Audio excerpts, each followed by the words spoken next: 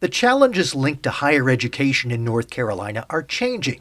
The state's premier higher education watchdog is changing as well. Joining us to discuss the changes, two people closely connected to the James G. Martin Center for Academic Renewal. One of them is the center's president, Jenna Robinson. The other, the center's namesake, the Honorable James G. Martin, former governor of North Carolina. Thanks to both of you for joining us. Hi, Mitch. So first of all, I want to start with Governor Martin. This is a group that for years was known as the Pope Center for Higher Education Policy. Now it's the James G. Martin Center for Academic Renewal.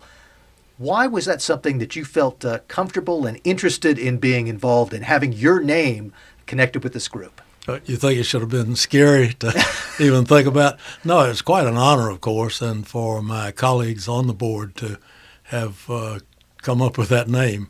In my absence, I was absent from those meetings when that was being discussed, and I wanted them to discuss it frankly and raise whatever concerns they had outside of my, so I wouldn't be offended and my feelings hurt. But it's quite an honor, particularly because I had great admiration for Joy and John Pope, and they were people that I got to know when I first was working to come to Raleigh as governor. And they were good supporters, and I've admired the work that they've done, in particular the various foundations and think tanks that he has created, and in particular serving on the board of the Pope Center made it all the more meaningful to me. And, of course, they didn't require that I had to die first to name it. What about that was good. What about but the most important thing, of course, is the academic renewal part of it. That shows where we're going. Yeah, and what is it about the work that the center, now the Martin Center, has done that made you say, yes, I can tie my name to this group? This makes sense to me.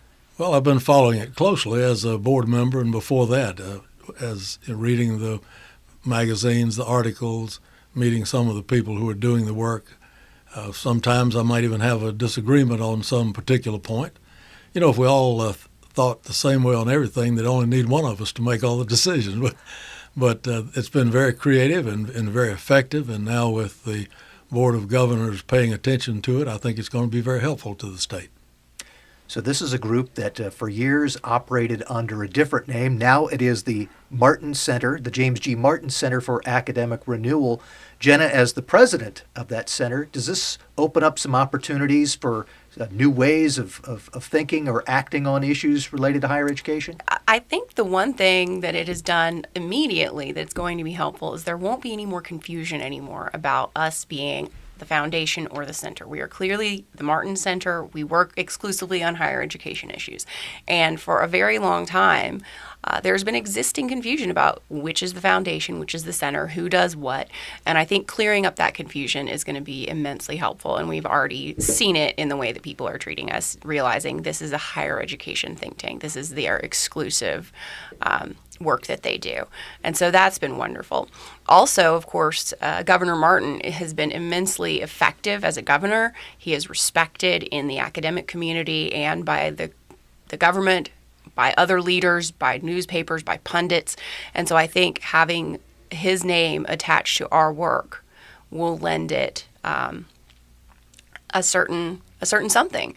Quite a bit of credibility from his background. Absolutely. What are some of the main things? We'll hope for that in any case. Right. Exactly. Yeah. What are some of the main things that the Martin Center is going to be focusing on moving forward now? Moving forward, some of the things that are going to be most important to me this year, the first one is free speech. Of course, that has always been very important to us, but we're seeing some new opportunities to pursue protections for students regarding free speech. It's something that I know the Board of Governors is very interested in. The public is very interested. I think there's been a lot of publicity regarding attacks on free speech, students being arrested for passing out constitutions, other attacks on free speech. And so I think all of that publicity and kind of the mounting attention that it has gotten means that protection for free speech will be an issue that we can get some traction on this year.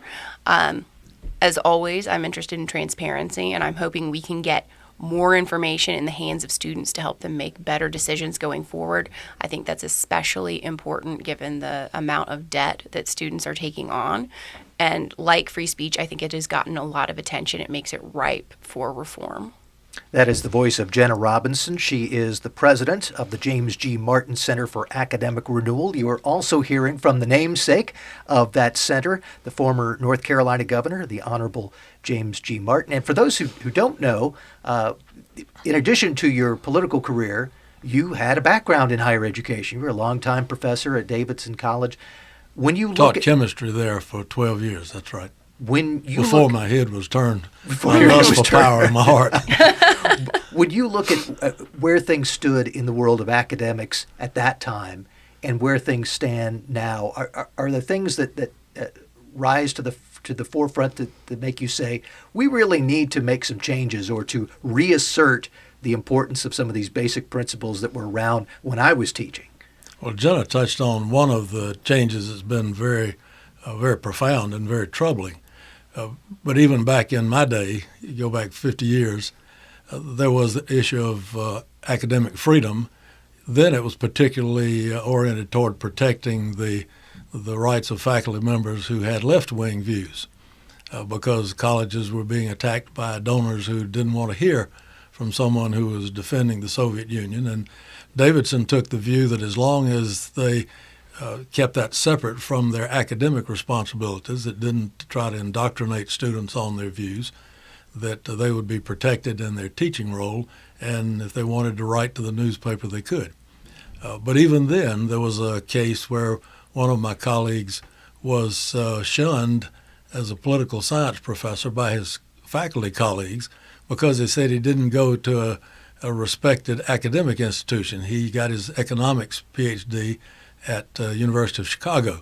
His thesis advisor was a fellow named Friedrich von Hayek, who a couple of years after Gene Miller left to go to University of Georgia, von Hayek got the Nobel Prize. So it became respectable after he left. But that should not have happened, and especially at that school. But it goes on all the time now as faculties in departments like economics want to remove anyone who's not a Keynesian. They don't want to have the opposite point of view intrude into their domain. Same thing with political science, sociology, other fields of that sort. I have to ask, our time is running short, but I want to ask both of you, Jenna first and then Governor Martin, are you excited about the opportunities that are tied to this name change? Absolutely. I think that the time is ripe for reform in higher education, and I think this name change is coming at exactly the right time for us. Governor Martin? Well, I'm more excited about what the institution has been doing and will continue to do to rattle a few cages, to call attention to things that should not be happening in higher education, to set standards that it would be better for our institutions to try to return to renew their academic excellence.